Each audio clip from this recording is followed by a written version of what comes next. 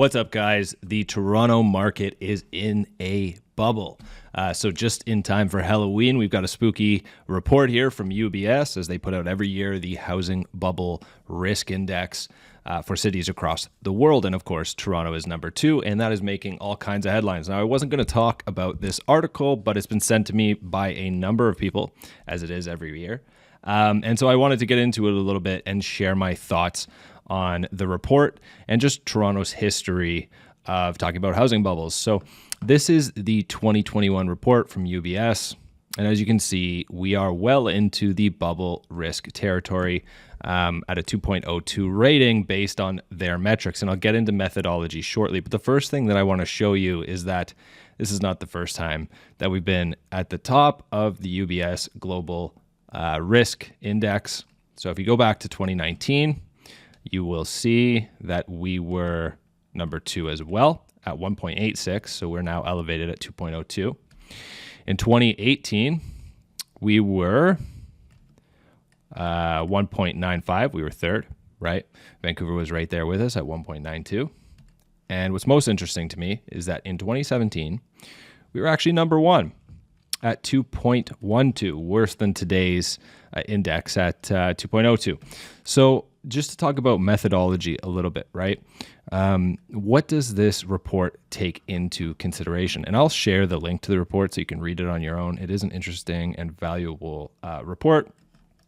You'll notice that the methodology here is a weighted average of 5 city indexes. So price to income, price to rent, change in mortgage to GDP, change in construction to GDP, and relative price city indicator. This isn't the first year we've been at the top of the list.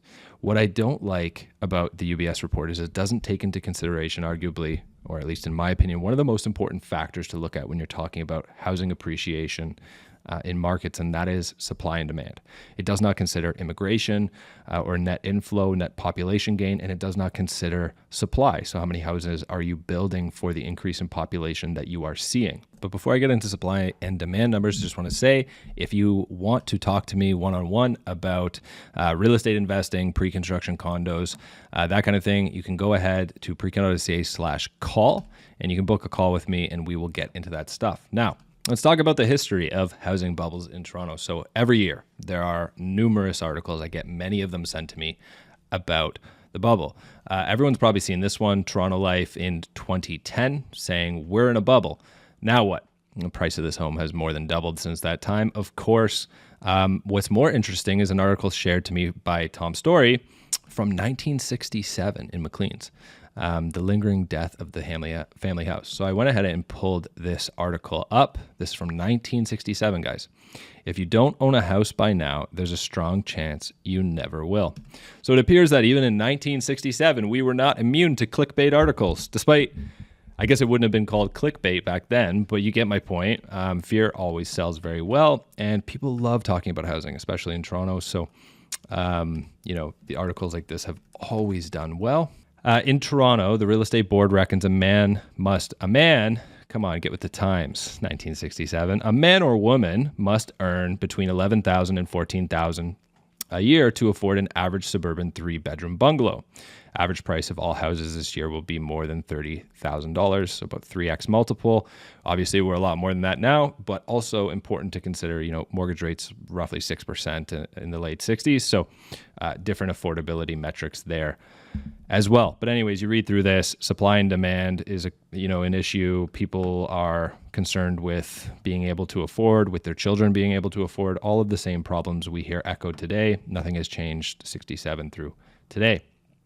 And then, of course, I could pull up numerous articles. In 2017, there was a slew of articles about the housing bubble because we had a year of rapid appreciation. And of course, if you go to, the average selling price in Toronto today, you got detached at almost 1.8. You have condos at almost 750,000. And if you go back to 2017, detached almost 4, and then condos 550. The point of showing this is that every year there are new articles about the bubble. trying to time the market is incredibly difficult, right? There will always be short-term corrections. There will always be market cycles, but trying to time that is incredibly difficult. It's usually more advantageous to average people like me and you to just buy and hold over the long term. The longer term hold, the better. Now, on the supply and demand side of things, which is where I think, the report kind of misses the mark. And granted, that's not a metric they look at. That's not something historically that they take into consideration. So obviously I'm not asking them to change their methodology, but it is, as someone looking to buy in Toronto, something you need to be aware of. In the last decade, we immigrated 4 million people, but we built fewer homes, right, than the years prior. So despite immigrating 800,000 more people, we built 300,000 fewer homes. And you can kind of see this trend is something that is continuing. And of course, we've increased our immigration targets. So our new immigration targets have gone from 341,000 to 401,000 in 2021. What's most interesting to me is that apparently we're actually on target to hit that. So if you look at this Globe and Mail article, you'll see that we are on target to hit 401,000 this year, 411,000 in 2022, and then 421,000 in 2023. What's remarkable to me about this is the fact that hitting 401,000 PR, new immigrants in 2021 mid-COVID. Obviously difficult time to achieve immigration targets, and yet we seem to be able to do it. And if we get a little bit more granular in the data, and I'm not going to focus on this too much because if you follow my channel, I have whole videos dedicated to the supply and demand crunch that we're seeing in Toronto, right? But basically, if you look at 2019 and 2018, for the GTA specifically, our net population gain was 252,873 people, but we only built enough housing units for 155,000 people. So we built 36,610 condos, 13,260 townhomes, and 15,290 detached homes, which is enough to house 155,000 people, assuming about roughly on average about 3 people per home, 2 people per condo, which is what our census shows us is accurate, right?